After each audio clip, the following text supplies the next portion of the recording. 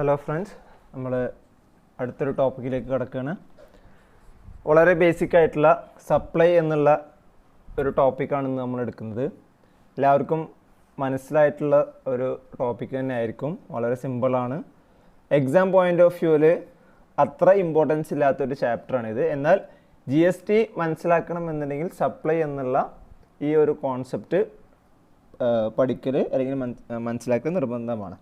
Okay, അപ്പോൾ നമ്മൾ പെട്ടെന്ന് നമുക്ക് പറഞ്ഞു പോകാനുള്ളതുള്ളൂ. ഈ സപ്ലൈ എന്നുള്ള ചാപ്റ്റർ എക്സാമിന് ഇതുവരെ ആകെ ഒരു ക്വസ്റ്റ്യനാണ് ചോദിച്ചിട്ടുള്ളത്. അപ്പോൾ അത് ഏതാണെന്നുള്ളത് നമുക്ക് ഡിസ്കസ് ചെയ്യാം. ഓക്കെ, അപ്പോൾ സെക്ഷൻ 7ഉം സെക്ഷൻ 8ഉമാണ് നമ്മളിന്ന് ഡിസ്കസ് ചെയ്യുക. സെക്ഷൻ 7 തന്നെ ഒരു 5-6 സബ് സെക്ഷൻസ് ഒക്കെ ആയിട്ട് വരുന്നുണ്ട്. Section 7(1)A meaning and scope of supply ആണ്. അപ്പോൾ അതിൻ്റെ മുന്നേ സപ്ലൈ എന്താണെന്നുള്ളത് നമ്മൾ കൃത്യമായിട്ട് മനസ്സിലാക്കുക.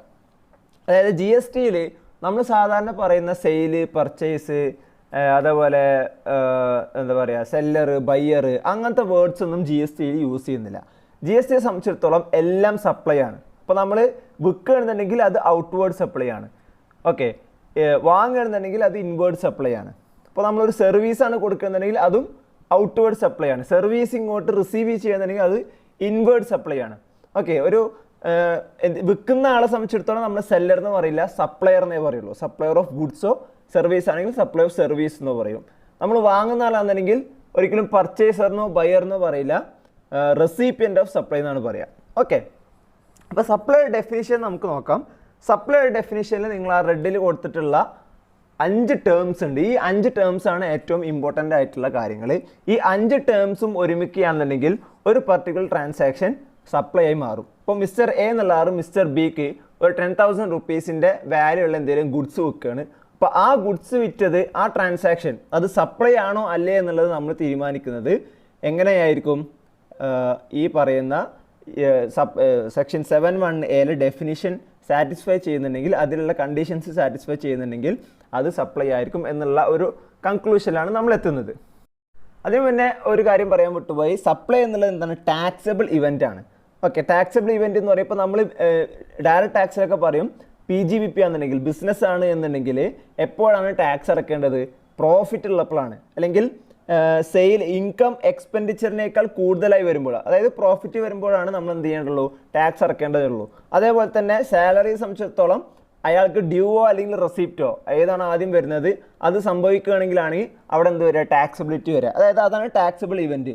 റെൻ്റ് ആണെന്നുണ്ടെങ്കിൽ റെൻറ്റ് ഒന്നാല് ഡ്യൂ ആയി അല്ലെങ്കിൽ റിസീവ് ആയി, ഇത് ഏതാണോ ആദ്യം വരുന്നത് അതായിരിക്കും ടാക്സബിൾ ഇവൻറ്റ്. അപ്പോൾ അതേപോലെ GSTയിലെ ടാക്സബിൾ ഇവൻ്റ് ആണ് സപ്ലൈ എന്നുള്ളത്. എന്ന് പറഞ്ഞാൽ സപ്ലൈ ഉണ്ടെങ്കിൽ അവിടെ എന്ത് വേണം? GST കൊടുക്കണം, ടാക്സ് കൊടുക്കണം.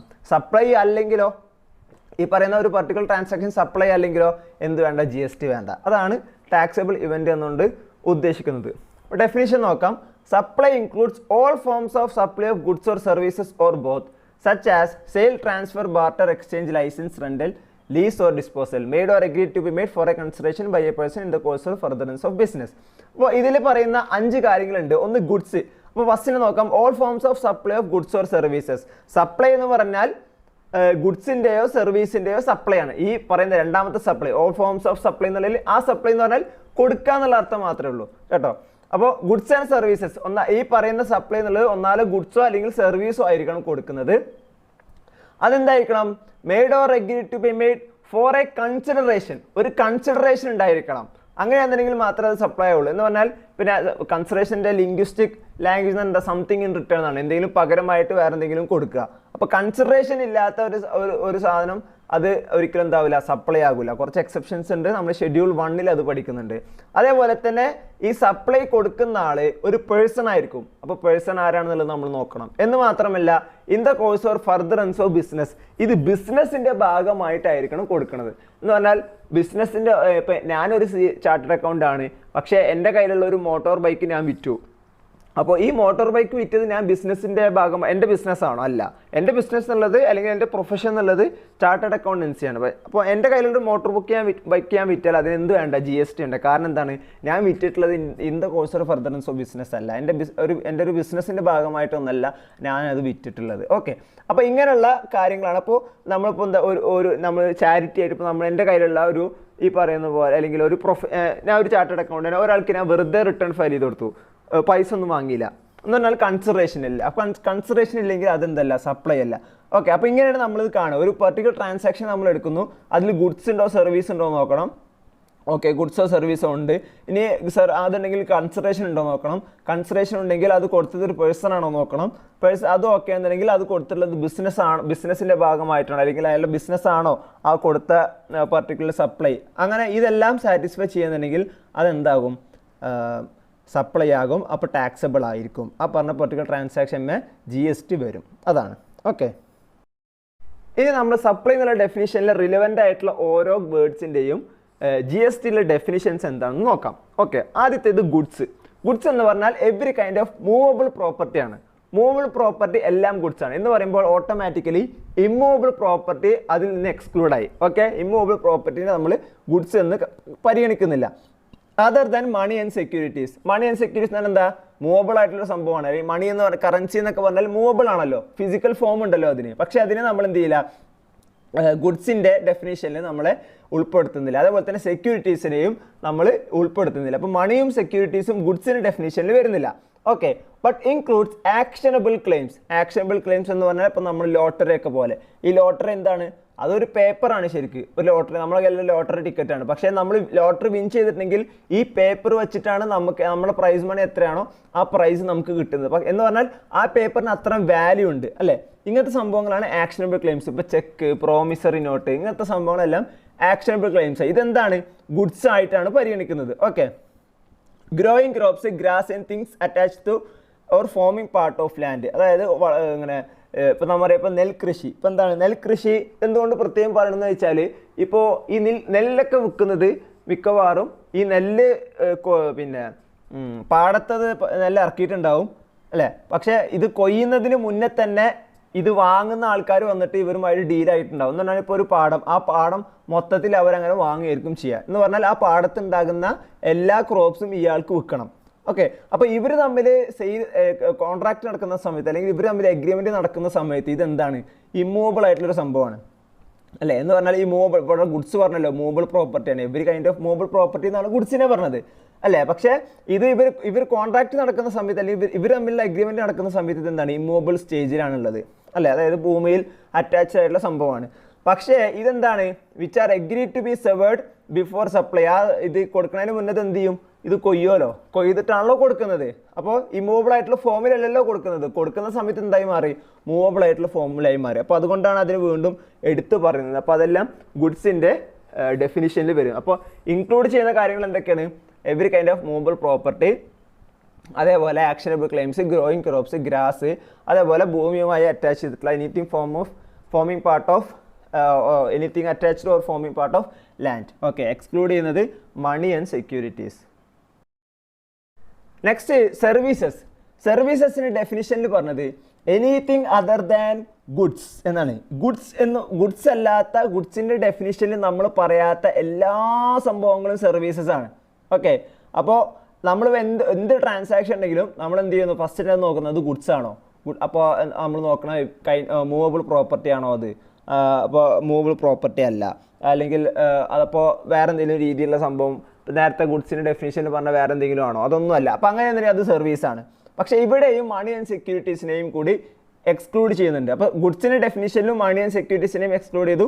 സർവീസസിൻ്റെ ഡെഫിനിഷനിലും മണി ആൻഡ് സെക്യൂരിറ്റീസിനെയും എക്സ്ക്ലൂഡ്. എന്ന് പറഞ്ഞാൽ ഒരു കാലത്തും മണിയെയും സെക്യൂരിറ്റിനെയും GSTയുടെ പർവ്യൂവിലേക്ക് കൊണ്ടുവരാൻ പറ്റില്ല. ഓക്കെ, അപ്പോൾ എല്ലാ കാര്യങ്ങളും ഗുഡ്സ് അല്ലാത്ത ബാക്കി എല്ലാം നമ്മൾ എന്താണ് കാണേണ്ടത്? സർവീസ് ആയിട്ടാണ് കാണേണ്ടത്. But includes activities relating to use of money. എന്താണ് activities relating to use of money? അപ്പോൾ എന്തുകൊണ്ടാണ് ഇത് പറയുന്നത് എന്നുള്ളത് നമ്മൾ ശ്രദ്ധിക്കണം. മണി എന്ന് പറഞ്ഞാൽ ഓൾറെഡി പറഞ്ഞു, ഗുഡ്സിൻ്റെയും സർവീസസിൻ്റെ ഡെഫിനിഷനിൽ മണി എന്നുള്ള സംഭവത്തെ എക്സ്ക്ലൂഡ് ചെയ്തു. പക്ഷേ activities relating to use of money എന്നുള്ളത് സർവീസസിൽ വരും. Activities relating to use of money എന്ന് പറഞ്ഞാൽ എന്താ? യൂസ് ഓഫ് മണി എന്ന് പറഞ്ഞാൽ എന്താ? ക്യാഷ് യൂസ് ചെയ്യുക. ഈ ക്യാഷുമായിട്ടുള്ള കാര്യങ്ങളൊക്കെ ഡീൽ ചെയ്യുന്ന ആരാണ്? ബാങ്കുകളാണ്, അതുപോലെ ഫിനാൻഷ്യൽ ഇൻസ്റ്റിറ്റ്യൂഷൻസ് ആണ്. ഈ ബാങ്കുകളും ഫിനാൻഷ്യൽ ഇൻസ്റ്റിറ്റ്യൂഷൻസും കൊടുക്കുന്ന അല്ലെങ്കിൽ അവരുടെ സേവനങ്ങൾ എന്തൊക്കെയാണ്? ഈ ലോൺ കൊടുക്കുക, ഡെപ്പോസിറ്റ് സ്വീകരിക്കുക, അഡ്വാൻസ് കൊടുക്കുക, അതുപോലെ ATM സർവീസുകൾ കൊടുക്കുക, ക്രെഡിറ്റ് കാർഡ് കൊടുക്കുക, ഇങ്ങനത്തുള്ള സർവീസുകൾ, ഇതെല്ലാം സർവീസുകൾ തന്നെയാണ്. അപ്പോൾ നമ്മൾ മണി എന്നുള്ളത് എക്സ്ക്ലൂഡ് ചെയ്തത് കൊണ്ട് മണി എന്ന ആ പർട്ടിക്കുലർ ആ സാധനത്തിന്മേൽ ബിസിനസ് നടത്തുന്ന എല്ലാ ആൾക്കാരും GSTയിൽ വരില്ല എന്നുള്ള ഒരു അസംഷനിൽ നമ്മൾ വരാൻ പാടില്ല. അതുകൊണ്ടാണ് ഇവിടെ പ്രത്യേകം എടുത്തു പറയുന്നത്. അപ്പോൾ activities relating to use of money എന്ന് പറഞ്ഞാൽ ഫിനാൻഷ്യൽ സർവീസസിലേക്ക് എന്ത് വരുന്നുണ്ട്? GST വരുന്നുണ്ട്. Or its conversion by cash or by any other mode എന്ന് പറഞ്ഞാൽ കൺവേർഷൻ ബൈ ക്യാഷ് എന്ന് പറഞ്ഞാൽ എന്താ? നമ്മൾ ഈ ഫോറിൻ എക്സ്ചേഞ്ച് ഒക്കെ ചെയ്യുന്ന പോലെ ഇപ്പോൾ നമ്മുടെ കയ്യിൽ ഒരു $100 എൻ്റെ അടുത്തുണ്ട്, അങ്ങനെ എന്തെങ്കിലും ഞാൻ അതോടെ പോയിട്ട് UAE എക്സ്ചേഞ്ചിലോ അല്ലെങ്കിൽ വെസ്റ്റേൺ യൂണിയനിലോ ഒക്കെ പോയിട്ട് ഞാൻ എന്ത് ചെയ്യും? ഇത് കൺവേർട്ട് ചെയ്തെടുക്കും, റുപ്പിയിലേക്ക് മാറ്റും. ഓക്കെ, അപ്പോൾ ഇതെല്ലാം സർവീസസ് ആണ്. സർവീസസിൻ്റെ പർവ്യൂവിൽ വരുന്ന അല്ലെങ്കിൽ ഡെഫിനിഷനിൽ വരുന്ന സംഭവങ്ങളാണ്. അതിൽ താഴെയുള്ളത് നോക്കുക. It also includes facilitating or arranging transactions in securities. അപ്പോൾ നമ്മൾ activities relating use of money എന്ന് പറഞ്ഞതുപോലെ തന്നെയാണ് സെക്യൂരിറ്റീസിനെയും സർവീസസിൻ്റെയും ഗുഡ്സിൻ്റെയും ഡെഫിനിഷനിൽ എക്സ്ക്ലൂഡ് ചെയ്തിട്ടുണ്ട്. പക്ഷേ സെക്യൂരിറ്റീസുമായി റിലേറ്റഡ് ആയിട്ടുള്ള ബ്രോക്കറേജ്, അതേപോലെ ഇത് വിൽക്കാനും വാങ്ങാനും യൂസ് ചെയ്യുന്ന ഈ ഇൻ്റർമീഡിയറി സർവീസുകൾ, അതെല്ലാം എന്താണ്? സർവീസിൽ വരും. ഓക്കെ, അപ്പോൾ സെക്യൂരിറ്റീസ് അതുപോലെ മണി ഇതൊക്കെ ഗുഡ്സിലും സർവീസസിലും വരില്ല എന്നതുകൊണ്ട് അതുമായി റിലേറ്റഡ് ആയിട്ടുള്ള ആക്ടിവിറ്റീസ് അതൊക്കെ GSTയിൽ വരില്ല എന്നല്ല, അതൊക്കെ സർവീസിൽ വരുമെന്നാണ് ഇവിടെ വ്യക്തമാക്കുന്നത്. ഓക്കെ, കൺസിഡറേഷൻ ഇത് വളരെ ഇമ്പോർട്ടൻ്റ് ആണ്. അപ്പോൾ കൺസിഡറേഷൻ നമ്മൾ നേരത്തെ പറഞ്ഞു, കൺസിഡറേഷൻ എന്ന് പറഞ്ഞാൽ സംതിങ് ഇൻ റിട്ടേൺ ആണ്. എന്തെങ്കിലും നമ്മൾ സാധനം വിൽക്കുന്നു, അതിന് പകരമായിട്ട് നമ്മൾ വാങ്ങുന്ന സാധനങ്ങൾ. അപ്പോൾ ഇതിന് ഈ കൺസിഡറേഷൻ എന്തൊക്കെയായിട്ട് വാങ്ങാൻ പറ്റും എന്നുള്ളതാണ് പറയുന്നത്. ഓക്കെ, അപ്പോൾ any payment made or to be made whether in money, ഇപ്പോൾ ക്യാഷ് ആയിട്ട് കൺസിഡറേഷൻ വാങ്ങാം, ഓർ അതർവൈസ്, അപ്പോൾ ക്യാഷ് അല്ല, ക്യാഷിന് പകരം വേറെ എന്തെങ്കിലും ഗുഡ്സ് കൊടുത്താലും മതി, അതല്ലെങ്കിൽ ഗുഡ്സോ സർവീസോ ഒക്കെ കൊടുത്താലും മതി, അങ്ങനെയൊക്കെ ആണെങ്കിലും കൺസിഡറേഷൻ ആയിട്ട് വരും. ഓക്കെ, ബിയിൽ പറയുന്നുണ്ട് monetary value of any act, അതായത് നേരത്തെ പറഞ്ഞതുപോലെ തന്നെ ക്യാഷ് അല്ലാതെ തന്നെ എന്തെങ്കിലും സർവീസസ് ഒക്കെ കൊടുത്താലും അതെന്താകും? കൺസിഡറേഷനിൽ ഉൾപ്പെടുത്താൻ പറ്റും. ഇപ്പോൾ എന്നാൽ ഞാനൊരു മൊബൈൽ ഷോപ്പ് നടത്തുന്ന ആളാണ്, ഞാനൊരു മൊബൈൽ വിൽക്കുകയാണ്, അതിന് പകരം വിൽക്കുന്ന ആളുടെ കയ്യിലുള്ള കാറാണ് ഞാൻ വാങ്ങുന്നത്. ഓക്കെ, മനസ്സിലായോ? അതായത് ക്യാഷ് അല്ല ഞാൻ കൺസിഡറേഷനായിട്ട് വാങ്ങിയത്, ഞാനൊരു മൊബൈൽ ഫോൺ കൊടുത്തു, അതിന് പകരം ഒരു കാറോ ബൈക്കോ ഞാൻ എന്ത് ചെയ്തു? പകരം അയാളുടെ കയ്യിലുള്ള കാറോ ബൈക്കോ ഞാൻ ഇങ്ങോട്ട് വാങ്ങി. അപ്പോൾ ക്യാഷ് ആയിട്ടല്ല വാങ്ങിയത്, പക്ഷേ ക്യാഷ് അല്ലാത്തൊരു സംഭവമായിട്ടാണ്. അപ്പോൾ അങ്ങനെയാണെങ്കിലും അത് കൺസിഡറേഷനാണ്. ഇനിയിപ്പോൾ അതല്ല, വേറൊരു സർവീസാണ്. ഇപ്പോൾ ഞാനൊരു കൊടുത്തതൊരു അഡ്വക്കേറ്റിനാണ്, ഞാനൊരു മൊബൈൽ വിറ്റത് അഡ്വക്കേറ്റാണ്. അപ്പോൾ എനിക്ക് എൻ്റെ ഷോപ്പുമായി ബന്ധപ്പെട്ട ഒരു കേസ് ഉണ്ട്. അപ്പോൾ എൻ്റെ കേസ് വാദിക്കാൻ വേണ്ടി ഞാൻ ആ അഡ്വക്കേറ്റിനെ ഏൽപ്പിച്ചു. ആ അഡ്വക്കേറ്റ് എനിക്ക് ഫ്രീ ആയിട്ടെന്നല്ല, ഈ മൊബൈൽ കൊടുക്കുന്നതിന് പകരമായിട്ട് എനിക്ക് ആ സർവീസ് ചെയ്തു തന്നു. അപ്പോൾ അതും എന്താണ്? ഇതിൻ്റെ കൺസിഡറേഷനായിട്ട് നമ്മൾ കാണണം.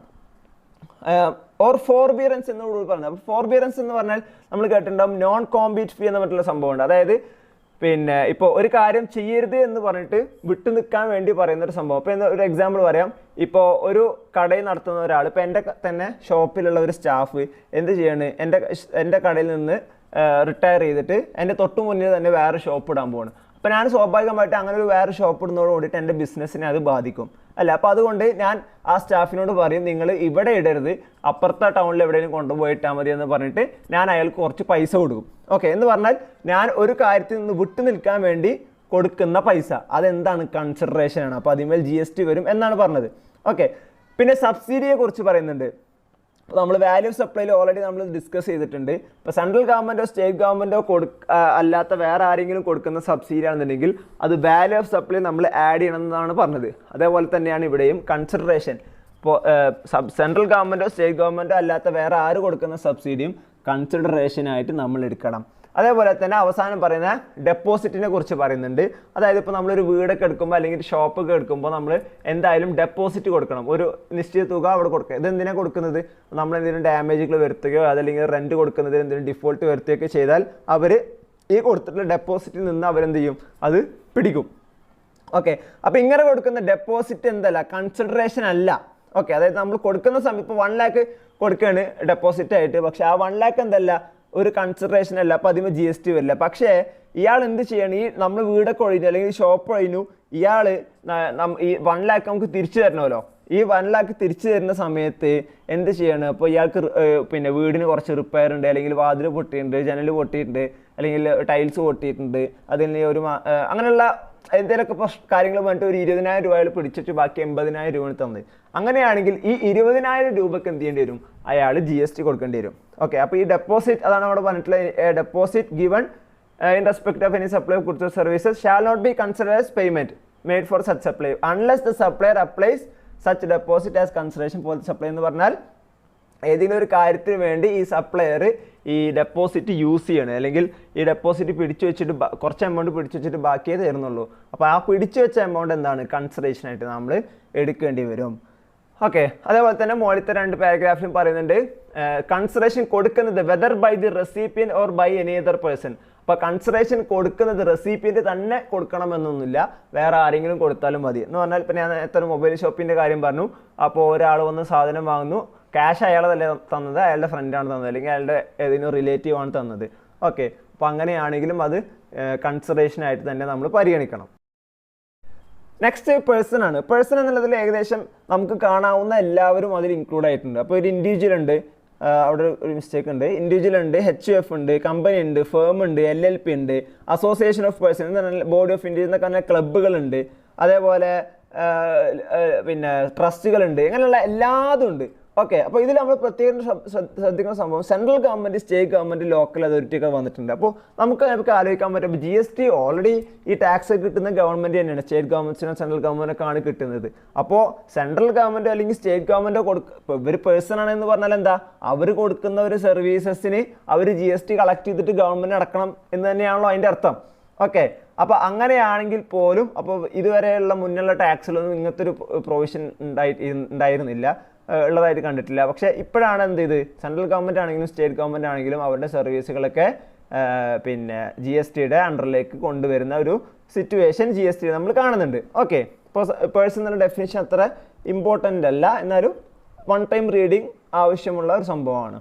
Okay, next business. അപ്പോൾ ബിസിനസ് എന്നുള്ള ഡെഫിനിഷനിൽ പറയുന്നു any trade, commerce, manufacture, profession, vocation, adventure, wager, ഇതെല്ലാം ബിസിനസ്സായിട്ട് തന്നെ കാണും. ഇത് ശ്രദ്ധിക്കേണ്ട കാര്യം രണ്ടാമത്തത് any activity transaction in connection with or incidental or ancillary to a എന്ന് പറഞ്ഞാൽ ഇപ്പോൾ ഞാൻ നേരത്തെ പറഞ്ഞു നമ്മൾ കൊടുക്കുന്ന ഒരു ട്രാൻസാക്ഷൻ അത് സപ്ലൈ ആകണമെന്നുണ്ടെങ്കിൽ സപ്ലൈ 7(1)(a) പറയുന്ന സപ്ലൈ എന്നുള്ള ഡെഫിനേഷനിലെ എല്ലാ കാര്യങ്ങളും അവിടെ പറഞ്ഞിട്ടുള്ള എല്ലാ കാര്യങ്ങളും എന്താവണം, സാറ്റിസ്ഫൈ ചെയ്യണം. അപ്പോൾ എന്താ പറഞ്ഞാൽ ഇപ്പോൾ ഞാൻ ഒരു എക്സാമ്പിളൊക്കെ പറഞ്ഞു, ബിസിനസ്സിൻ്റെ ഒരു എക്സാമ്പിൾ ഞാൻ പറഞ്ഞു, ഞാനൊരു ചാർട്ടേഡ് അക്കൗണ്ടൻ്റ് ആണ്, ഞാനൊരു ബൈക്ക് വിൽക്കുകയാണെങ്കിൽ അത് സപ്ലൈ ആകില്ല എന്ന്. ഇപ്പോൾ ഞാനൊരു എക്സാമ്പിൾ പറയാം. ഇപ്പോൾ ഒരു കാറ്ററിംഗ് ബിസിനസ് നടത്തുന്ന ഒരാൾ അയാൾ എന്ത് ചെയ്യണം, ഇപ്പോൾ കാറ്ററിംഗ് പിന്നെ അയാളുടെ ഫുഡ് എത്തിക്കാൻ വേണ്ടിയിട്ട് അയാൾ തന്നെ ട്രാൻസ്പോർട്ടേഷനും കൊടുത്തു എന്ന് പറഞ്ഞാൽ ആരാണോ ഓർഡർ ചെയ്തത് അയാളുടെ സ്ഥലത്തേക്ക് ഇയാൾ തന്നെ വണ്ടി ഏൽപ്പിച്ചു, അല്ലെങ്കിൽ ഇയാളുടെ സ്വന്തം വണ്ടിയിൽ എന്ത് ചെയ്തു അങ്ങോട്ട് എത്തിച്ചു. എന്നിട്ട് ഒരു 1 lakh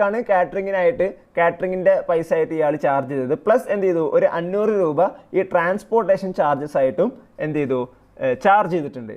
ഓക്കെ, അപ്പോൾ നമ്മൾ നോക്കുമ്പോൾ ഈ 1 lakh എന്നുള്ളതൊക്കെ കാറ്ററിംഗ് സർവീസസ് ഇയാളുടെ ബിസിനസ്സാണ്, അപ്പോൾ അത് സപ്ലൈ ആയിട്ട് വരും. രണ്ടാമത് കൊടുത്ത 500 രൂപ അത് സപ്ലൈ ആയിട്ട് വരുമോ എന്നുള്ളൊരു ചോദ്യം വരും. അപ്പോൾ എന്താണ് കാരണം, എന്താണ് ഇത് ട്രാൻസ്പോർട്ടേഷൻ സർവീസസ് കൊടുക്കുക എന്നുള്ളതല്ലല്ലോ ഇയാളുടെ ബിസിനസ്. അപ്പോൾ അതിനെ ക്ലാരിഫൈ ചെയ്യുന്നതാണ് ഇത്. അപ്പോൾ മെയിൻ ബിസിനസ്സുമായി റിലേറ്റഡ് ആയിട്ടുള്ള അല്ലെങ്കിൽ മെയിൻ ബിസിനസ്സിന് ഇൻസിഡൻ്റലായിട്ട് വരുന്ന സർവീസുകളാണെന്നുണ്ടെങ്കിലും അതെല്ലാം ബിസിനസ്സിൽ വരും എന്നാണ് പറയുന്നത്. മൂന്നാമത്തേത് whether there is any volume, frequency, continuity or regularity എന്നൊക്കെയാണ്. എന്ന് പറഞ്ഞാൽ ഇപ്പോൾ നമ്മളൊരു സാധനം വിൽക്കുകയാണ്, അത് 5 ഗ്രാമേ വിൽക്കുന്നുള്ളൂ, അപ്പോൾ ആകെ 5 ഗ്രാമല്ലുള്ളൂ, ഇതിന് ഇപ്പോൾ GST ഒന്നും വരില്ല, അല്ലെങ്കിൽ അത്രയും ചെറിയതല്ല GST വരില്ല. അപ്പോൾ അങ്ങനെയൊന്നും നമുക്ക് തീരുമാനിക്കാൻ പറ്റില്ല. അപ്പോൾ വോളിയം വേണമെന്നോ ഫ്രീക്വൻസി വേണമെന്നോ ഇപ്പോൾ നിരന്തരം സ്ഥിരമായിട്ട് കൊടുക്കുന്ന സംഭവം സർവീസുകളാണെന്നോ അങ്ങനെയൊന്നും യാതൊരു നിർബന്ധവുമില്ല, ഒക്കെ GSTയിൽ വരുന്ന സംഭവങ്ങൾ തന്നെയാണ്. ഓക്കെ, അപ്പോൾ അതിൽ ജസ്റ്റ് വായിച്ച് നോക്കിയാൽ ബാക്കിയുള്ളതൊക്കെ സിമ്പിളായിട്ടുള്ള സംഭവങ്ങളാണ്. ഓക്കെ, അപ്പോൾ ഇത്രയും നോക്കുക. ഇതാണ് ഇതിൻ്റെ സമ്മറി, സപ്ലൈയുടെ സമ്മറി. അതായത് ഒരു സപ്ലൈ ആകണമെന്നുണ്ടെങ്കിൽ ഈ പറയുന്ന 5 കണ്ടീഷൻസ്. അപ്പോൾ അതിൽ ആദ്യം പറഞ്ഞ സപ്ലൈ ഷുഡ് ബി ഓഫ് ഗുഡ്സോ സർവീസസ്, ഗുഡ്സോ സർവീസസോ ആയിരിക്കണം കൊടുക്കുന്നത്. രണ്ടാമത്തേത് കൺസിഡറേഷന് വേണം. മൂന്നാമത്തേത് in the course of business ആയിരിക്കണം. 4ഉം 5ഉം നമുക്ക് ലോജിക്കലി നമുക്ക് മനസ്സിലാക്കാവുന്നതുള്ളൂ. ഈ GST കൊടുക്കണമെന്നുണ്ടെങ്കിൽ സ്വാഭാവികമായിട്ട് ടാക്സിബിൾ പേഴ്സൺ ആവണം. ടാക്സിബിൾ പേഴ്സൺ എന്ന് പറഞ്ഞാൽ എന്തായാലും രജിസ്ട്രേഷൻ എടുത്തിട്ടുണ്ടാകണം. രജിസ്ട്രേഷൻ എടുത്തിട്ടുള്ള രജിസ്ട്രേഷൻ ലയബിൾ ആയിട്ടുള്ള ആളായിരിക്കണം. അല്ലാത്ത ഒരാൾ ഇപ്പോൾ നമ്മൾ നോർമലി നമ്മൾ നോക്കി നോക്കും, നമ്മളെല്ലാവരും ഇൻഡിവിജ്വൽസ് എന്നുള്ള നിരക്ക് എന്തായിരിക്കില്ല, രജിസ്റ്റേർഡ് പേഴ്സൺസ് ആയിരിക്കില്ല. അപ്പോൾ നമ്മൾ രജിസ്ട്രേഷൻ എടുക്കാത്ത ഒരാളെ സംബന്ധിച്ചിടത്തോളം അയാൾ എന്ത് കൊടുത്താലും അതിനൊന്നും എന്ത് വേണ്ട, GST വേണ്ട. ഓക്കെ, ഇപ്പോൾ ഈവൺ ഒരു ചാർട്ടേഡ് അക്കൗണ്ടൻറ്റ് അയാൾക്ക് ഈ പറയുന്ന രജിസ്ട്രേഷൻ ലിമിറ്റൊന്നും എത്തിയിട്ടില്ല, പ്രീവിയസിൽ ടേൺ ഓവർ അത്രയൊന്നും എത്തിയിട്ടില്ല, അപ്പോൾ അതുകൊണ്ട് അയാൾ രജിസ്ട്രേഷൻ എടുത്തിട്ടില്ല. അപ്പോൾ ഈവൺ ദോ അയാൾ കൊടുക്കുന്ന സർവീസാണ്, കൺസിഡറേഷൻ വാങ്ങുന്നുണ്ട്, in the course of business ആണ്, അയാളുടെ പ്രൊഫഷനാണിത്, എന്നാലും അയാൾ അതെന്ത് വേണ്ട, സപ്ലൈ അല്ല എന്ന് പറയുമ്പോൾ അയാൾ GST കൊടുക്കേണ്ട എന്നാണ് ഉദ്ദേശിക്കുന്നത്. അപ്പോൾ ടാക്സിബിൾ പേഴ്സൺ അല്ല എന്നതുകൊണ്ടാണ്. 5ാമത് ടാക്സിബിൾ സപ്ലൈ ആയിരിക്കണം. അപ്പോൾ എന്ന് പറഞ്ഞാൽ ഇപ്പോൾ നോൺ ടാക്സിബിൾ ആയിട്ടുള്ള കുറച്ച് സംഭവങ്ങളുണ്ട്, petrol, alcoholic liquor for human consumption, ഇങ്ങനെയുള്ള സംഭവങ്ങളൊക്കെ. അപ്പോൾ ഇതൊക്കെ ആണെന്നുണ്ടെങ്കിലും എന്ത് വേണ്ട ആവശ്യമില്ല, GST വേണ്ട ആവശ്യമില്ലല്ലോ. ഓക്കെ, അപ്പോൾ ആ ലാസ്റ്റത്തെ 2 ആ രീതിയിൽ നമ്മൾ മനസ്സിലാക്കിയാൽ മതി. ഓക്കെ, ഇനി വരുന്നത് നമ്മൾ പറഞ്ഞ സപ്ലൈ എന്നുള്ള ഡെഫിനിഷൻ്റെ 2 എക്സെപ്ഷൻസ് വരാനുണ്ട്. ഓക്കെ, അതിൽ ഒന്നാണ് സെക്ഷൻ 7(1)B, ഇമ്പോർട്ടേഷൻ ഓഫ് സർവീസസ്. അതായത് നമ്മൾ പറഞ്ഞു സപ്ലൈ ആകണമെന്നുണ്ടെങ്കിൽ, ഒരു ട്രാൻസാക്ഷൻ സപ്ലൈ ആകണമെന്നുണ്ടെങ്കിൽ ഗുഡ്സ് ഓർ സർവീസസ് ആയിരിക്കണം, അതേപോലെ കൺസിഡറേഷൻ വേണം, ബിസിനസ് വേണം. ഇതാണ് പ്രധാനമായിട്ടുള്ളത്. ഓക്കെ, അപ്പോൾ അതിലുള്ള ആദ്യത്തെ എക്സെപ്ഷനാണ് ഇമ്പോർട്ടേഷൻ of services. Importation of services എന്ന് പറഞ്ഞാൽ എന്താ, ഇന്ത്യക്ക് പുറത്ത് നിന്ന് ഒരു സർവീസ് എന്തെങ്കിലും ഇവിടെ ഉള്ള ഒരാൾ അവൈൽ ചെയ്യുക. ഓക്കെ, അപ്പോൾ ഇവിടെ പറയുന്നത് it shall be a supply if it is supplied for a consideration whether or not in the course or furtherance of business. Consideration ഉണ്ടായാൽ മതി, പിന്നെ ബിസിനസ് ആകണമെന്നില്ല. അപ്പോൾ സപ്ലൈ സാധാരണ നമ്മൾ ട്രാൻസാക്ഷൻ സപ്ലൈ ആകണമെന്നുണ്ടെങ്കിൽ കൺസിഡറേഷൻ വേണം, ബിസിനസ്സും വേണം, അങ്ങനെയാണല്ലോ. പക്ഷേ ഇമ്പോർട്ടേഷൻ ഓഫ് സർവീസസ് ആണെന്നുണ്ടെങ്കിൽ കൺസിഡറേഷൻ ഉണ്ടായാൽ മതി, പിന്നെ നമ്മൾ ബിസിനസ് വേണമെന്നില്ല. എന്ന് പറഞ്ഞാൽ കൺസിഡറേഷൻ ഉണ്ടോ, അതെന്തായി, സപ്ലൈ ആയി, പിന്നെ ബിസിനസ് ആണോ ബിസിനസ് അല്ലേ എന്നൊന്നും നമ്മൾ നോക്കേണ്ട ആവശ്യമില്ല എന്നാണ് പറയുന്നത്. അപ്പോൾ ഇതാണ് സപ്ലൈ എന്നുള്ള ഡെഫിനിഷൻ്റെ ആദ്യത്തെ exception. Importation of services for a consideration whether or not in the course of furtherance of business shall be treated as supply. Next വളരെ ഇമ്പോർട്ടൻ്റ് ആയിട്ടുള്ളതാണ് schedule 1, activities to be treated as supply even if made without consideration. അപ്പോൾ supply എന്നുള്ള main ഡെഫിനിഷൻ്റെ 2ാമത്തെ ഒരു എക്സെപ്ഷനാണ് schedule 1. എന്താണ് ഇവിടെ പറയുന്നത്, കൺസിഡറേഷൻ ഇല്ലെങ്കിലും ഒരു സംഭവം കൺസിഡറേഷൻ ഇല്ലാതെ ഒരു ട്രാൻസാക്ഷൻ ഉണ്ടെങ്കിൽ പോലും ആ ട്രാൻസാക്ഷൻ അല്ലെങ്കിൽ ആ ആക്ടിവിറ്റി സപ്ലൈ ആയി മാറും. ഓക്കെ, അപ്പോൾ നേരത്തെ നമ്മൾ 7(1)B പറഞ്ഞത് കൺസിഡറേഷൻ ഉണ്ട്, പക്ഷേ ബിസിനസ് അല്ലെങ്കിലും അത് സപ്ലൈ ആയിരിക്കും. പക്ഷേ ഷെഡ്യൂൾ 1 പറയുന്നത് സെക്ഷൻ 7(1)C ആണ്. ഇവിടെ പറയുന്നത് കൺസിഡറേഷൻ ഇല്ലെങ്കിൽ പോലും, ഓക്കെ, അപ്പോൾ ഇവിടെ ബിസിനസ് വേണോ വേണ്ടൊന്നും പറയുന്നില്ല, കൺസിഡറേഷൻ ഇല്ലെങ്കിൽ പോലും എന്തായിരിക്കും, ഈ പറയുന്ന പെർട്ടിക്കുലർ ആക്ടിവിറ്റി അത് സപ്ലൈ ആയിട്ട് പരിഗണിക്കണം.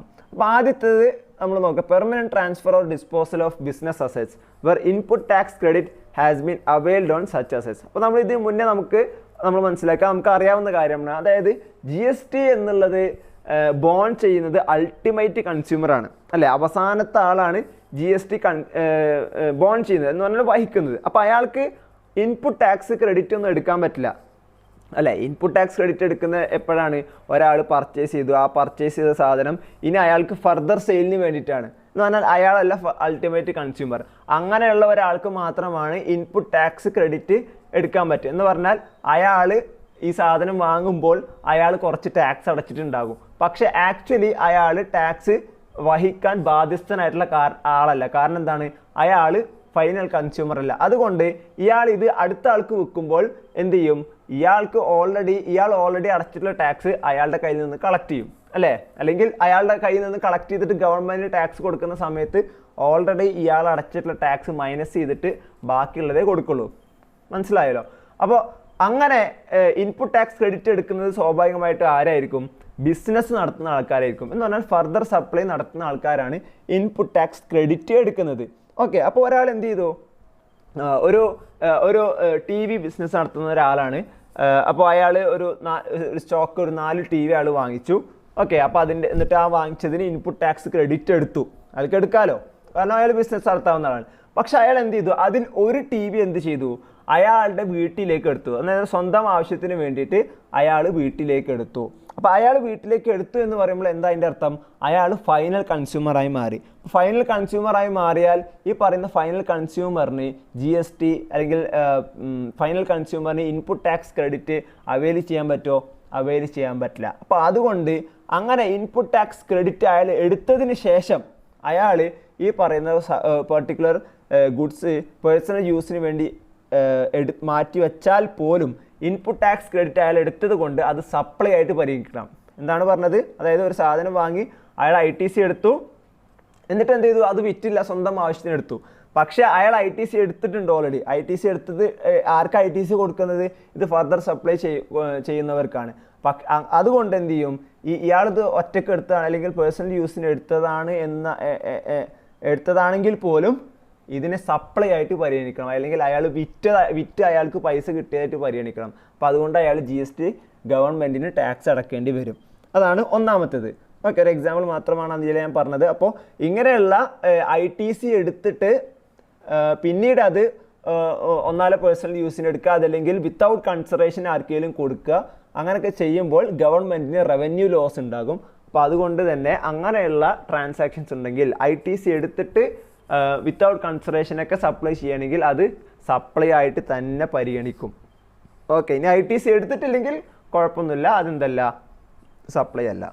ഓക്കെ, രണ്ടാമത്തേത് supply of goods or services or both between related persons or between distinct persons. അപ്പോൾ നമുക്ക് റിലേറ്റഡ് പേഴ്സൺസ് എന്ന് പറഞ്ഞാൽ നമുക്ക് അറിയാവുന്നതാണ്.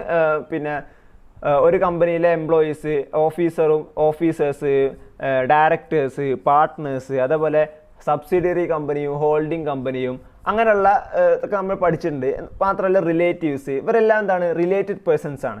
ഓക്കെ, അപ്പോൾ നമുക്ക് സ്വാഭാവികമായിട്ടും അറിയാം, ഇപ്പോൾ ഒരു ഹോൾഡിംഗ് കമ്പനി ഒരു സബ്സിഡിയറി കമ്പനിക്ക് എന്തെങ്കിലും ഗുഡ്സ് കൈമാറുന്നുണ്ടെങ്കിൽ എന്തായാലും അവർ തമ്മിൽ പൈസ ട്രാൻസാക്ഷൻ ഒന്നും ഉണ്ടാവില്ല. അവർ പൈസ ഒന്നും എടുക്കൂലല്ലോ. ഇല്ല, ഒരു അച്ഛൻ ഒരു മകൻ എന്തെങ്കിലും വിൽക്കുകയാണെങ്കിൽ പൈസ വാങ്ങുമോ? സ്വാഭാവികമായിട്ടും വാങ്ങൂല. വാങ്ങുകയാണെങ്കിൽ തന്നെ ചിലപ്പോൾ എന്തായിരിക്കും? അതിൻ്റെ ആക്ച്വൽ പ്രൈസ് ആയിരിക്കില്ല വാങ്ങുന്നത്. അപ്പോൾ നമുക്ക് എന്തുണ്ടാവില്ല? ആക്ച്വൽ വാല്യൂ ഒന്നും നമുക്ക് കിട്ടില്ല. ഓക്കെ, അപ്പോൾ ഇവിടെ എന്താ പറയുന്നത്? ഇപ്പോൾ ഒരാൾ ഇതേപോലെ ബിസിനസ് നടത്തുന്ന ആളാണ്. അയാൾ എന്ത് ചെയ്തു? ഈ സെയിം ആണ്, മുകളിലത്തെ ഏകദേശം അതേ ആപ്ലിക്കേഷനാണ് പറയുന്നത്. ഓക്കെ, അപ്പോൾ അയാൾ എന്ത് ചെയ്തു? ബിസിനസ് നടത്തുന്ന ഒരാളാണ്. എന്നിട്ട് അയാൾ ഒരു സാധനം കുറച്ച് ഗുഡ്സ് എടുത്തു. അതിൽ കുറച്ച് ഗുഡ്സ് എന്ത് ചെയ്തു? റിലേറ്റഡ് പേഴ്സൺസിന് കൊടുത്തിട്ടുണ്ട്. വിത്തൗട്ട് കൺസിഡറേഷൻ ആണ് കൊടുത്തത്. അപ്പോൾ കൊടുത്തത് റിലേറ്റഡ് പേഴ്സൺസിന് ആയതുകൊണ്ട് അപ്പോൾ ഇവിടെ പ്രത്യേകം ശ്രദ്ധിക്കാം, റിലേറ്റഡ് പേഴ്സണല്ല. അപ്പോൾ ഞാൻ കൊടുത്തത് ഞാൻ ഒരു ബിസിനസ് നടത്തുന്നത് എൻ്റെ സ്റ്റോക്കിൽ നിന്ന് എടുത്ത് ഞാൻ എൻ്റെ ഫ്രണ്ടിനാണ് കൊടുത്തത്. ഫ്രണ്ട് എന്ന് പറയുമ്പോൾ റിലേറ്റഡ് പേഴ്സൺ അല്ല. ഓക്കെ, അപ്പോൾ അതെന്തല്ല? സപ്ലൈ അല്ല. പക്ഷേ ഞാൻ കൊടുത്തത് എൻ്റെ ഒരു റിലേറ്റീവിനാണ് എന്നുണ്ടെങ്കിൽ റിലേറ്റഡ് പേഴ്സൺ ആണ്. അപ്പോൾ അതെന്തായിരിക്കും? ഞാൻ കൺസിഡറേഷൻ ഒന്നും വാങ്ങിച്ചിട്ടില്ലെങ്കിൽ പോലും അത് സപ്ലൈ ആയിട്ട് പരിഗണിക്കും. ഞാൻ GST ഗവൺമെൻറ്റിന് കൊടുക്കേണ്ടി വരും. Or between distinct persons. Distinct persons എന്ന് പറഞ്ഞാൽ എന്താ? ഒരു പാനിൻ്റെ അണ്ടറിലുള്ള ഡിഫറെൻറ്റ് രജിസ്ട്രേഷൻസ് എന്ന് പറഞ്ഞാൽ നമ്മൾ രജിസ്ട്രേഷൻ ചാപ്റ്ററിൽ പറഞ്ഞിട്ടുണ്ട്. ഒരാൾക്ക് മൾട്ടിപ്പിൾ സ്റ്റേറ്റ്സിലൊക്കെ ബ്രാഞ്ചസ് ഉണ്ടെങ്കിൽ എന്തായാലും നിർബന്ധമായിട്ടും വേറെ രജിസ്ട്രേഷൻ അയാൾക്ക് വേണം. ഇനി ഒരു സ്റ്റേറ്റിൽ തന്നെ മൾട്ടിപ്പിൾ ബ്രാഞ്ചസ് ഉണ്ടെങ്കിൽ അയാൾക്ക് വേണമെങ്കിൽ മൾട്ടിപ്പിൾ രജിസ്ട്രേഷൻസ് എടുക്കാം. ഇങ്ങനെ മൾട്ടിപ്പിൾ രജിസ്ട്രേഷൻസ് ഉണ്ടെങ്കിൽ, അതായത് ഒരു രജിസ്ട്രേഷനും മറ്റൊരു രജിസ്ട്രേഷനും, ഇവർ തമ്മിൽ എന്താണ്? ഡിസ്റ്റിങ്ക്റ്റ് പേഴ്സൺസ് ആണ്. എന്ന് പറഞ്ഞാൽ ബ്രാഞ്ചസ്, ഇപ്പോൾ എനിക്ക് കാലിക്കറ്റ് ഒരു ബ്രാഞ്ച് ഉണ്ട്, കേരളത്തിലൊരു ബ്രാഞ്ച് ഉണ്ട്, കർണാടകയിൽ ഒരു ബ്രാഞ്ച് ഉണ്ട്. അപ്പോൾ ഈ കേരളത്തിലുള്ള ബ്രാഞ്ചും കർണാടകയിലുള്ള ബ്രാഞ്ചും എന്താണ്? ഡിസ്റ്റിങ്ക്റ്റ് പേഴ്സൺസ് ആണ്. ഇങ്ങനെയുള്ള distinct persons between without consideration എന്തെങ്കിലും സപ്ലൈ നടത്തിയാലും അതെന്തായിരിക്കും? സപ്ലൈ ആയിട്ട് പരിഗണിക്കണം. അപ്പോൾ ഇതിലുള്ളൊരു എക്സെപ്ഷൻ നമ്മൾ നേരത്തെ പറഞ്ഞു, എംപ്ലോയറൊക്കെ റിലേറ്റഡ് പേഴ്സൺ ആണ്. അപ്പോൾ ഒരു എംപ്ലോയിക്ക് എന്തെങ്കിലും ഗിഫ്റ്റ് കൊടുക്കുന്നുണ്ടെങ്കിൽ 50,000 റുപ്പീസ് വരെ അയാൾക്ക് അതെന്തില്ല? ഗിഫ്റ്റ് എന്ന് പറഞ്ഞാൽ വിത്തൗട്ട് കൺസിഡറേഷൻ ആണല്ലോ സ്വാഭാവികമായിട്ടും.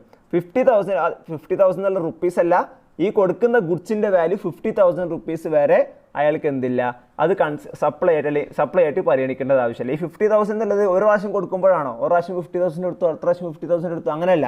ഒരു വർഷത്തിൽ, in A financial year, okay, ഒരു വർഷത്തിൽ ഇയാൾ എന്തൊക്കെ ഗിഫ്റ്റ് കൊടുത്തിട്ടുണ്ടോ ആ എല്ലാ ഗിഫ്റ്റിൻ്റെയും വാല്യൂ നോക്കി 50,000 വരെയുള്ള എമൗണ്ട് ആണെന്നുണ്ടെങ്കിൽ അയാൾക്ക് വേണ്ട?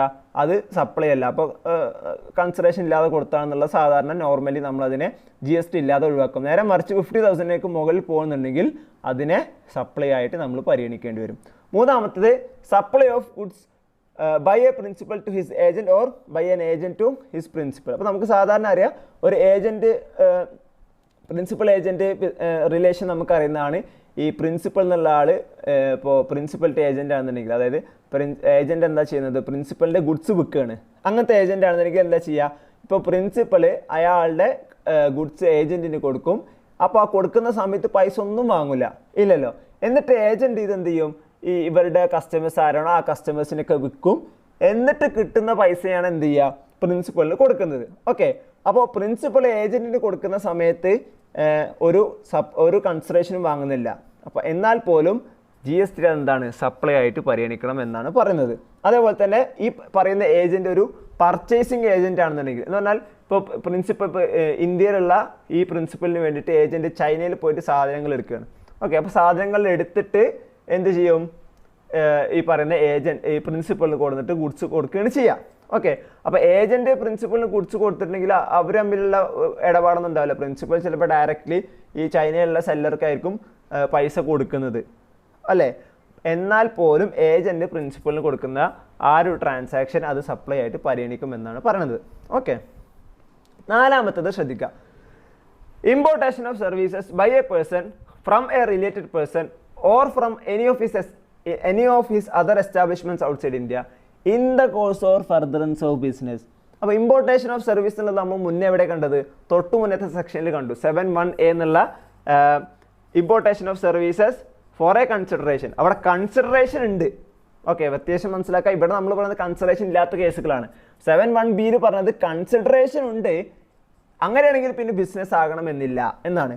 അപ്പോൾ ഇനി കൺസിഡറേഷൻ ഇല്ലെങ്കിലോ, അതാണ് ഇവിടെ പറയുന്നത്. കൺസിഡറേഷൻ ഇല്ലെങ്കിൽ ആ കൊടുത്തത് റിലേറ്റഡ് പേഴ്സണോ അല്ലെങ്കിൽ establishment outside India. Establishment outside India എന്ന് പറഞ്ഞാൽ ഇവിടെ നമ്മൾ എനിക്ക് ഡിസ്റ്റിങ്ക്റ്റ് പേഴ്സൺ എന്നൊക്കെ പറയുന്നത് പോലെ തന്നെ ഇന്ത്യയുടെ പുറത്ത് എനിക്കൊരു ബ്രാഞ്ച് ഉള്ളതുപോലെ, പുറത്ത് അല്ലെങ്കിൽ എൻ്റെ വേറൊരു ബിസിനസ്, പുറത്തുള്ള എൻ്റെ വേറൊരു ബിസിനസ്, അങ്ങനെ പുറത്തുള്ള എൻ്റെ റിലേറ്റഡ് പേഴ്സൺ, ഇന്ത്യക്ക് പുറത്തുള്ള എൻ്റെ ഒരു വേറെ എസ്റ്റാബ്ലിഷ്മെൻറ്റ്, ഇവിടെ നിന്ന് എന്തെങ്കിലും സർവീസസ് ഞാൻ വാങ്ങുന്നുണ്ടെങ്കിൽ അത് in the course of furtherance of ബിസിനസ്സും ആണെന്നുണ്ടെങ്കിൽ, എന്ന് പറഞ്ഞാൽ ഈ ഇന്ത്യക്ക് പുറത്ത് ഫംഗ്ഷൻ ചെയ്യുന്ന ആ എന്ത് ബിസിനസ് ആണെങ്കിലും ആ ബിസിനസ് ആണ് ഞാൻ വാങ്ങുന്നതെന്നുണ്ടെങ്കിൽ അത് വിത്തൗട്ട് കൺസിഡറേഷൻ ആണെങ്കിൽ പോലും എന്തായിരിക്കും, സപ്ലൈ ആയിരിക്കും. അപ്പോൾ ഒന്നുകൂടി ഇതിൻ്റെ സമ്മറി പറയാം.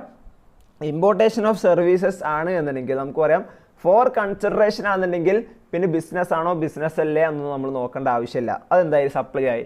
ഇനി വിത്തൗട്ട് കൺസിഡറേഷൻ ആണ്. വിത്തൗട്ട് കൺസിഡറേഷൻ ആണെന്നുണ്ടെങ്കിൽ നമ്മൾ ആദ്യം നോക്കുക ബിസിനസ് ആണോ ബിസിനസ് അല്ലേ. ബിസിനസ് അല്ലെങ്കിൽ എന്തായാലും സപ്ലൈ അല്ല. ഇനി ബിസിനസ് ആണെങ്കിൽ വീണ്ടും നമ്മൾ നോക്കണം അത് കൊടുത്തത് റിലേറ്റഡ് പേഴ്സൺ ആണോ അല്ലെങ്കിൽ പുറത്തുള്ള അതർ എസ്റ്റാബ്ലിഷ്മെൻ്റ് ആണോ എന്ന് നോക്കണം. അതാണെങ്കിൽ മാത്രമേ സപ്ലൈ ആകുള്ളൂ, അതല്ലെങ്കിൽ സപ്ലൈ ആകില്ല. ഓക്കെ,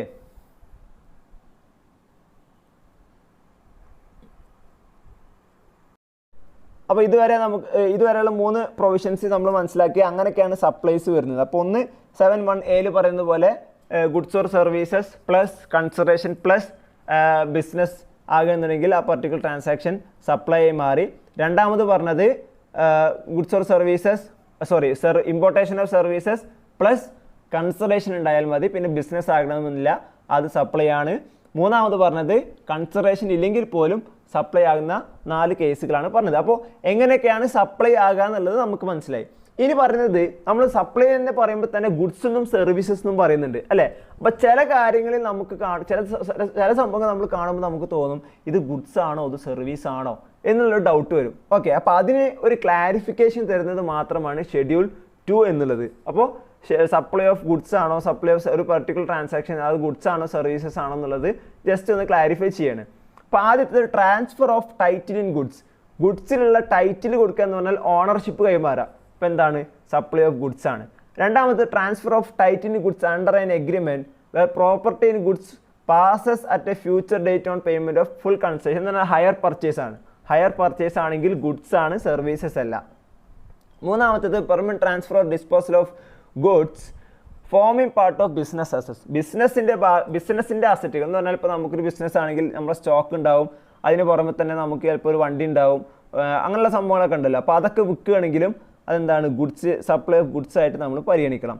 നാലാമത് പറഞ്ഞത് supply of goods by any unincorporate association എന്ന് പറഞ്ഞാൽ ക്ലബ്ബുകളൊക്കെ അവരൊക്കെ കൊടുക്കുന്ന എന്തെങ്കിലും അതിൻ്റെ മെമ്പേഴ്സിനൊക്കെ എന്തെങ്കിലും ഗുഡ്സൊക്കെ കൊടുക്കുന്നുണ്ടെങ്കിൽ അത് സപ്ലൈ ഓഫ് ഗുഡ്സ് ആണ്. എന്നാൽ എന്തുകൊണ്ട് പറയുന്നത് വെച്ചാൽ ഒരു ക്ലബ്ബ് എന്നൊക്കെ പറഞ്ഞാൽ മ്യൂച്വൽ ബെനിഫിറ്റിന് വേണ്ടി ഉണ്ടാക്കിയിട്ടുള്ള കാര്യമാണ്, അല്ലെങ്കിൽ ഒരു ഫിനാൻഷ്യൽ ബെനിഫിറ്റിന് വേണ്ടിയിട്ട് ഉണ്ടാക്കിയിട്ടുള്ള സംഭവമൊന്നുമല്ല അല്ലല്ലോ.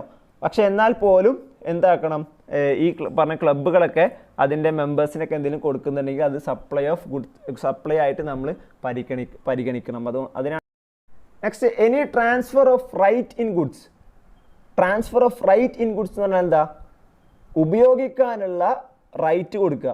അതെന്താണ്, നമ്മൾ സാധാരണ റെൻ്റൊക്കെ ഇപ്പോൾ ഞാൻ എൻ്റെ കയ്യിലുള്ള ഒരു കാറ് 10 ദിവസത്തിന് വേണ്ടിയിട്ട് ഞാൻ റെൻറ്റിന് കൊടുത്തു, അതാണ് transfer of right in goods. അതെന്താണ്, സർവീസാണ്.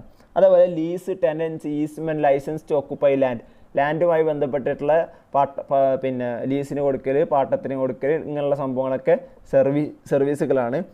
Any treatment or process which is apply to another person's goods എന്ന് പറഞ്ഞാൽ ജോബ് വർക്ക്. നമ്മൾ ഓൾറെഡി ജോബ് വർക്ക് എന്നുള്ളത് എക്സ്പ്ലെയിൻ ചെയ്തിട്ടുണ്ടായിരുന്നു. അപ്പോൾ ജോബ് വർക്കൊക്കെ സർവീസുകളാണ്. ഇപ്പോൾ എന്തുകൊണ്ട് പറഞ്ഞതെന്ന് വെച്ചാൽ ഇപ്പോൾ ജോബ് വർക്ക് കഴിഞ്ഞിട്ട് ഇപ്പോൾ ഞാൻ പറഞ്ഞു അതിൻ്റെ ക്ലാസിക് എക്സാം എന്നുള്ളത് ഒരു ടൈലറിൻ്റെതാണ്. ഇപ്പോൾ ഒരു ടൈലർ അയാളുടെ വർക്ക് കഴിഞ്ഞിട്ട് കൊടുക്കുന്നത് ഇപ്പോൾ ഷർട്ടാണ്. ഷർട്ട് എന്നുള്ളത് ഒരു ഗുഡ്സ് ആണ് അല്ലേ, ഗുഡ്സിൻ്റെ ഫോമിലാണ് അത് കൊടുക്കുന്നത്.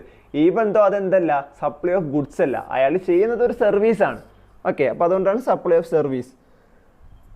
പിന്നെ goods held assets or used for the purpose of business are put for any private use or made available to any person എന്ന് പറഞ്ഞാൽ ബിസിനസ്സിൻ്റെ ഭാഗമായിട്ടുള്ള എന്തെങ്കിലും അസറ്റ്സ് ആ ബിസിനസ്സിലുള്ള ആരുടെയെങ്കിലും യൂസിന് വേണ്ടി കൊടുക്കുക. എന്നിപ്പോൾ എക്സാമ്പിൾ പറഞ്ഞാൽ ഇപ്പോൾ ബിസിനസ്സിൻ്റെ ഓണർഷിപ്പിലുള്ള ഒരു കാറ് ആ ബിസിനസ്സിൻ്റെ പിന്നെ മാനേജിങ് പാർട്ട്ണർക്ക് യൂസ് ചെയ്യാൻ വേണ്ടി കൊടുക്കുക.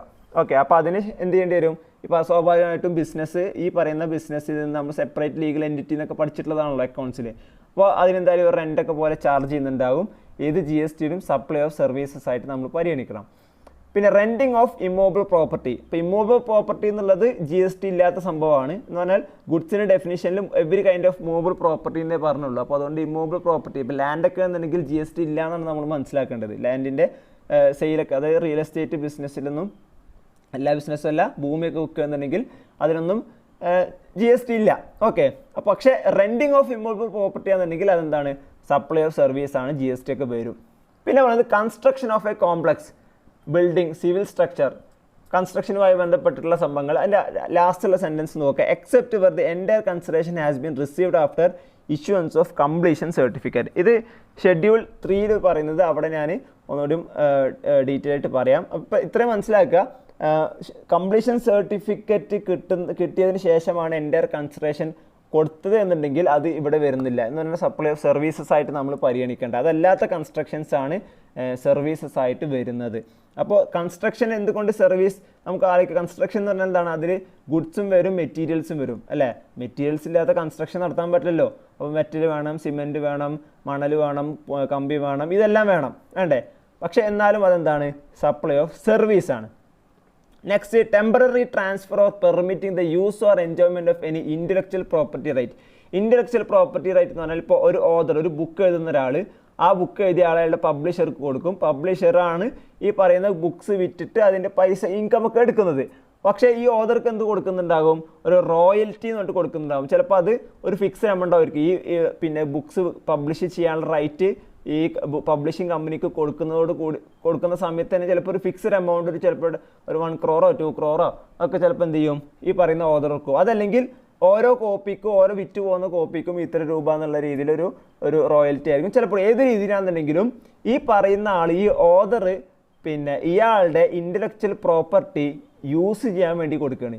ഈ കൊടുക്കുന്നത് എന്താണ്, സപ്ലൈ ഓഫ് സർവീസാണ്. നെക്സ്റ്റ്, സോഫ്റ്റ്വെയറുമായി ബന്ധപ്പെട്ടുള്ള കാര്യങ്ങളാണ്. അപ്പോൾ സോഫ്റ്റ്വെയർ ഡെവലപ്പ് ചെയ്യുക എന്നുള്ളതൊക്കെ സർവീസാണ്. ഇപ്പോൾ നമ്മളൊരു ആൻറ്റിവൈറസ് സോഫ്റ്റ്വെയർ, കാസ്പർസ്കൈ സോഫ്റ്റ്വെയർ ഇപ്പോൾ നമ്മൾ വാങ്ങുകയാണ്. അപ്പോൾ നമ്മൾ വാങ്ങുമ്പോൾ അതൊരു CD ആയിട്ടാണ് വാങ്ങുന്നത്, മൂവബിൾ ഫോമിലുള്ള സംഭവമൊക്കെയാണ് വാങ്ങുന്നത്. പക്ഷേ അതൊരു ഗുഡ്സ് നമ്മൾ വാങ്ങുന്ന പോലെയാണോ?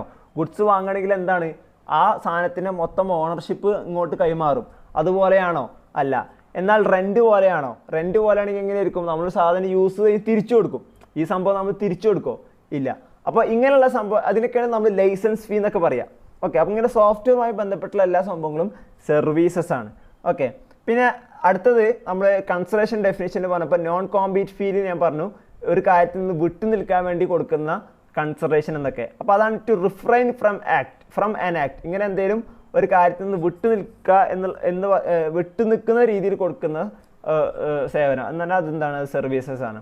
Transfer of the right to use any goods for any എന്ന് പറഞ്ഞാൽ നേരത്തെ പറഞ്ഞതുപോലെ തന്നെയുള്ള ഏതെങ്കിലും ഗുഡ്സ് യൂസ് ചെയ്യാൻ വേണ്ടിയിട്ടുള്ള റൈറ്റ് കൊടുക്കുക എന്ന് പറഞ്ഞാൽ റെൻ്റൊക്കെ തന്നെ, അതൊക്കെ എന്താണ്? സർവീസസ് ആണ്. വർക്ക്സ് കോൺട്രാക്റ്റ്, ഞാൻ നേരത്തെ പറഞ്ഞ കൺസ്ട്രക്ഷൻ എന്നുള്ളത് ഒരു വർക്ക്സ് കോൺട്രാക്റ്റ് ആണ് എന്ന് പറഞ്ഞാൽ ഗുഡ്സിൻ്റെയും സർവീസസിൻ്റെയും എലമെൻ്റ് അതിലുണ്ടാകും, പക്ഷെ അത് സർവീസസ് ആയിട്ട് നമ്മൾ പരിഗണിക്കും. ഇപ്പോൾ റിപ്പയറൊക്കെ, ഇപ്പോൾ നമ്മളൊരു ബൈക്ക് റിപ്പയർ ചെയ്യാണ്. അപ്പോൾ ബൈക്ക് റിപ്പയർ ചെയ്യുമ്പോൾ ചിലപ്പോൾ അതിൻ്റെ കേടായിട്ടുള്ള പാർട്സൊക്കെ ചിലപ്പോൾ ബ്രേക്കിൻ്റെ അതെടുത്ത് ബ്രേക്ക് ചിലപ്പോൾ മാറ്റേണ്ടി വരും, അതേപോലെ എയർ ഫിൽറ്റർ മാറ്റേണ്ടി വരും, ഓയിൽ മാറ്റേണ്ടി വരും, ഇങ്ങനെ സംഭവങ്ങളൊക്കെ ഉണ്ടാവും. അപ്പോൾ അതൊക്കെ ഗുഡ്സാണ്.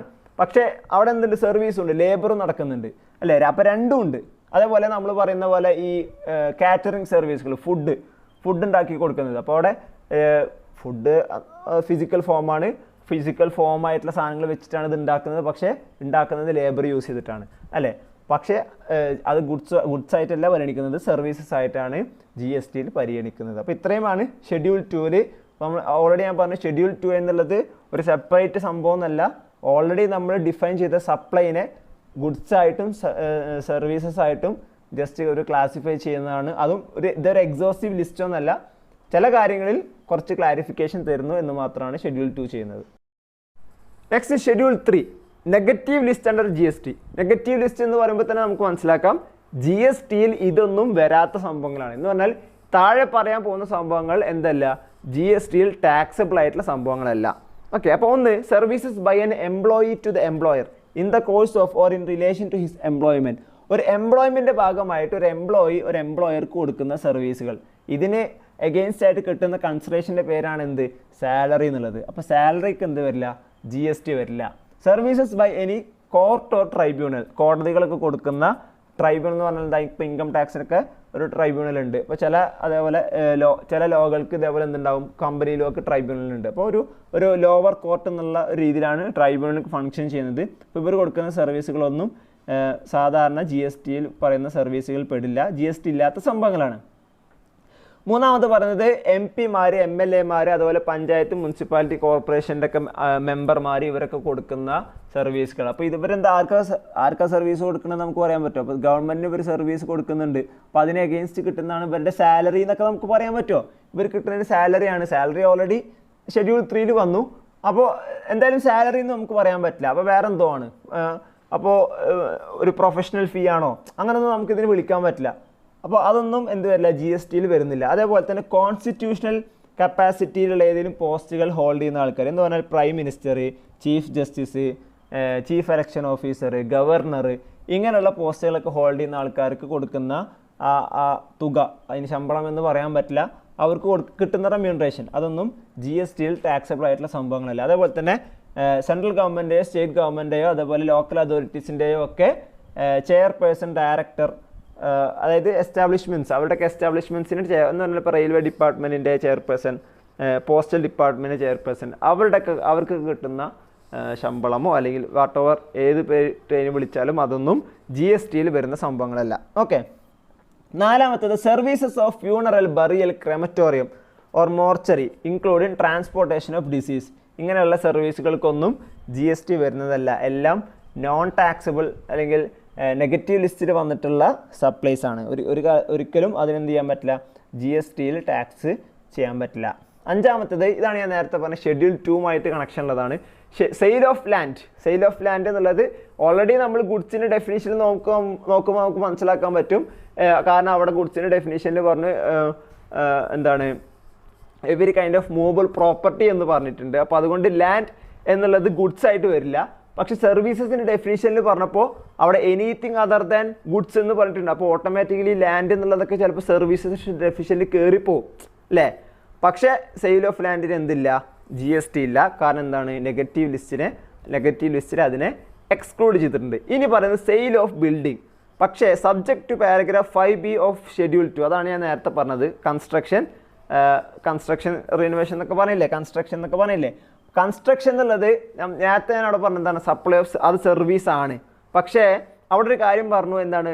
Except where the consideration is received after the completion certificate is issued എന്ന് പറഞ്ഞാൽ ഇപ്പോൾ നമ്മൾ ഒരു ഫ്ലാറ്റ് ഉണ്ടാക്കുകയാണ്, ഒരു ഫ്ലാറ്റ്, ആ ഫ്ലാറ്റിലുള്ള രണ്ട് രീതിയിൽ നമുക്കൊരു ഫ്ലാറ്റ് വാങ്ങാൻ പറ്റും. ഒന്നെന്തായിരിക്കും, ഫുള്ളി പണിയൊക്കെ കഴിഞ്ഞ എല്ലാ ഫേണിഷ്ഡ് ആയിട്ടുള്ള ഒരു ഫ്ലാറ്റ് നമുക്ക് അങ്ങനെ തന്നെ വാങ്ങാം. അപ്പം അങ്ങനെ തന്നെ വാങ്ങുമ്പോൾ നമ്മൾ എന്ത് ചെയ്യും, ഒരു ഫുൾ എമൗണ്ട്, ഇപ്പോൾ 1 crore ഫ്ലാറ്റ് ആണിത്, ആ 1 crore മൊത്തം കൊടുത്തിട്ടാണ് നമ്മൾ ആ ഫ്ലാറ്റ് വാങ്ങുന്നത്.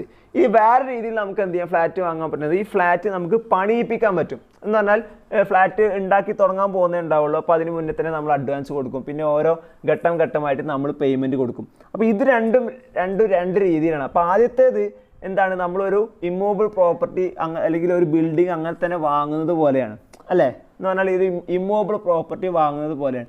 രണ്ടാമത്തേത് നമ്മളൊരു പണി ചെയ്യിപ്പിക്കുകയാണ്. അപ്പോൾ ഈ കൺസ്ട്രക്ഷൻ വർക്ക് ചെയ്യുന്ന ആൾ നമുക്കൊരു സർവീസ് തരുന്നത് പോലെയാണ്. Okay, which is different from the first one. അപ്പോൾ അങ്ങനെയുള്ള, അതായത് ഈ കംപ്ലീഷൻ സർട്ടിഫിക്കറ്റ് കിട്ടിയതിന് ശേഷം കൺസിഡറേഷൻ കൊടുത്തു എന്ന് പറഞ്ഞാൽ എന്താ, ഫുൾ പണി കഴിഞ്ഞിട്ടാണല്ലോ കംപ്ലീഷൻ സർട്ടിഫിക്കറ്റ് കിട്ടുക. അപ്പോൾ ഫുൾ പണി കഴിഞ്ഞിട്ട് നമ്മൾ ഫുൾ എമൗണ്ട് ആയിട്ട് ആണ് കൊടുത്തിട്ടാണ് ഈ പറഞ്ഞ സാധനം വാങ്ങിയെന്നുണ്ടെങ്കിൽ അത് എന്ത് വരില്ല, GST വരില്ല. നേരെ മറിച്ച് ഈ പറഞ്ഞ രീതിയിലുള്ള കൺസ്ട്രക്ഷൻ വർക്കൊക്കെ ചെയ്തിട്ടാണെന്നുണ്ടെങ്കിൽ അത് GST വരും. ഓക്കെ, അതാണ് ഷെഡ്യൂൾ 2 സപ്ലൈ ഓഫ് സർവീസ് എന്ന് പറഞ്ഞിട്ട് നമ്മൾ പഠിച്ചത്. ആറാമത്തത് ആക്ഷനബിൾ ക്ലെയിംസ്. അപ്പോൾ ഗുഡ്സിൻ്റെ ഡെഫിനേഷനിൽ നമ്മൾ ആക്ഷനബിൾ ക്ലെയിംസ് ഉള്ളത് ഗുഡ്സ് ആണെന്ന് പറഞ്ഞു.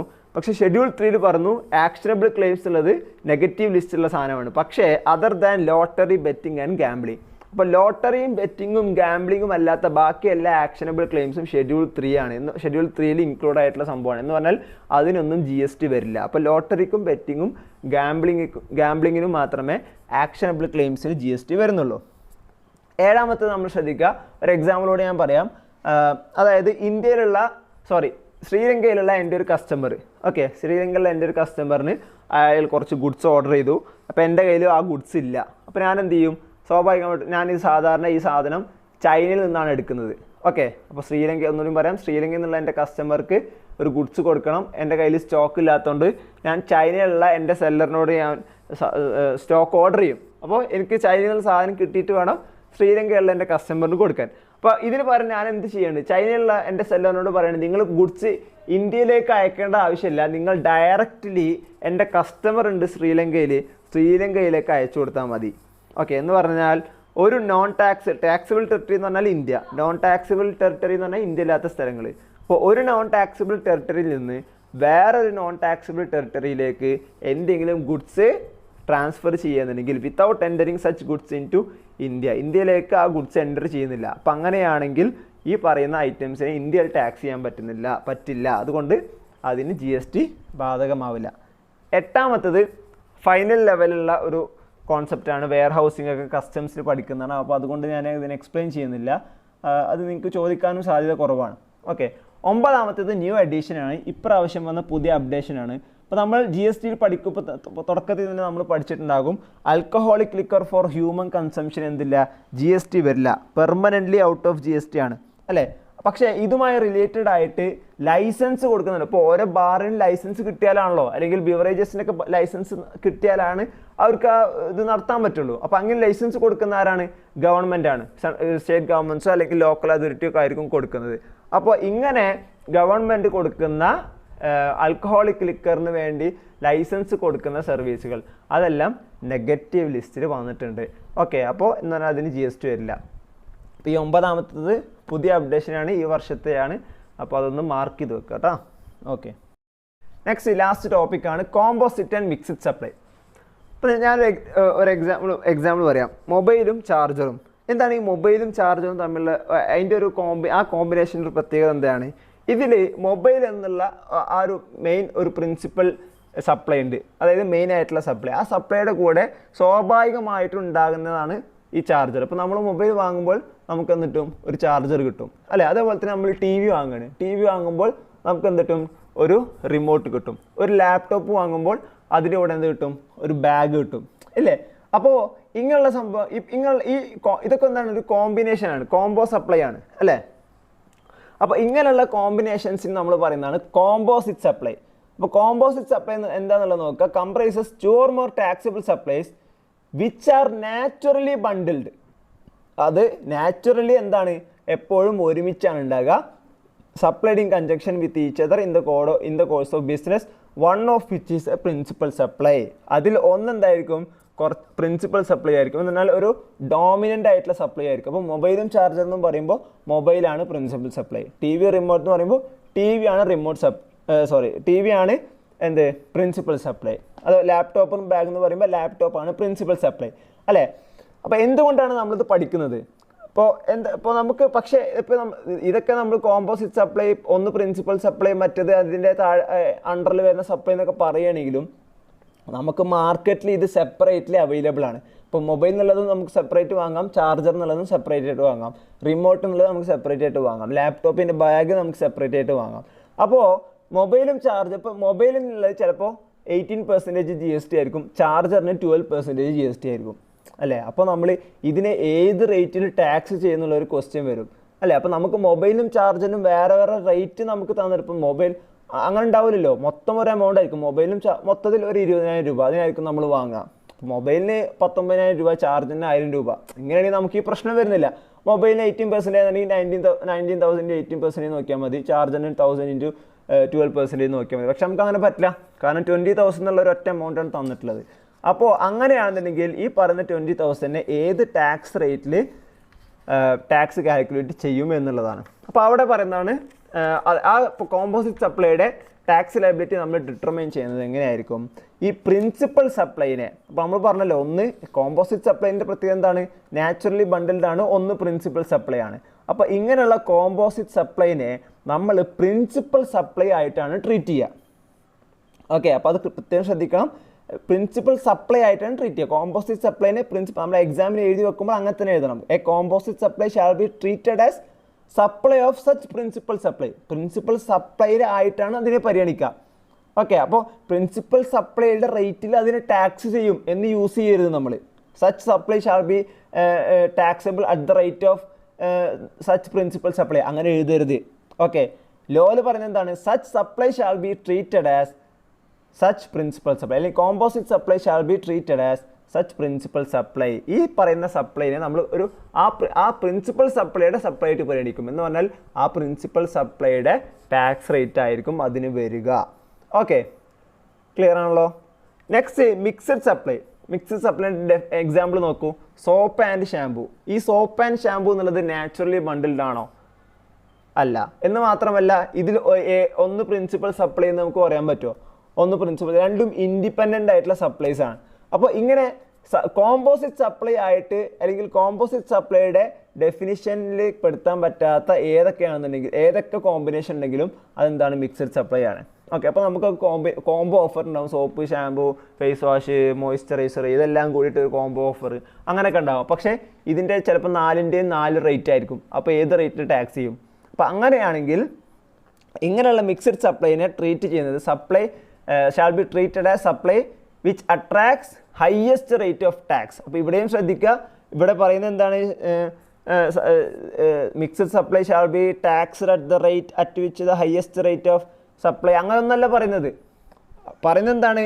Such supply shall be treated as that particular supply that attracts highest rate of tax. Highest rate of tax supply attract ചെയ്യുന്ന സപ്ലൈ ഏതാണോ ആ പർട്ടിക്കുലർ ഐറ്റത്തിൻ്റെ സപ്ലൈ ആയിട്ടാണ് ഈ മൊത്തം സപ്ലൈനെ പരിഗണിക്കുക എന്നാണ് പറയുന്നത്. എന്ന് പറഞ്ഞാൽ സ്വാഭാവികമായിട്ടും ഇപ്പോൾ ഞാൻ പറഞ്ഞ 4 ഐറ്റം ഞാൻ നേരത്തെ പറഞ്ഞു, സോപ്പ്, ഷാമ്പു, പിന്നെ ഫേസ് വാഷ്, മോയ്സ്ചറൈസർ. അപ്പോൾ ഒന്നിന് 12% ആണോ, ഒന്നിന് 18% ആണോ, ഒന്നിന് 28% ആണ്, ഒന്ന് ടാക്സബിൾ അല്ല, എക്സംപ്റ്റ് ആണ്.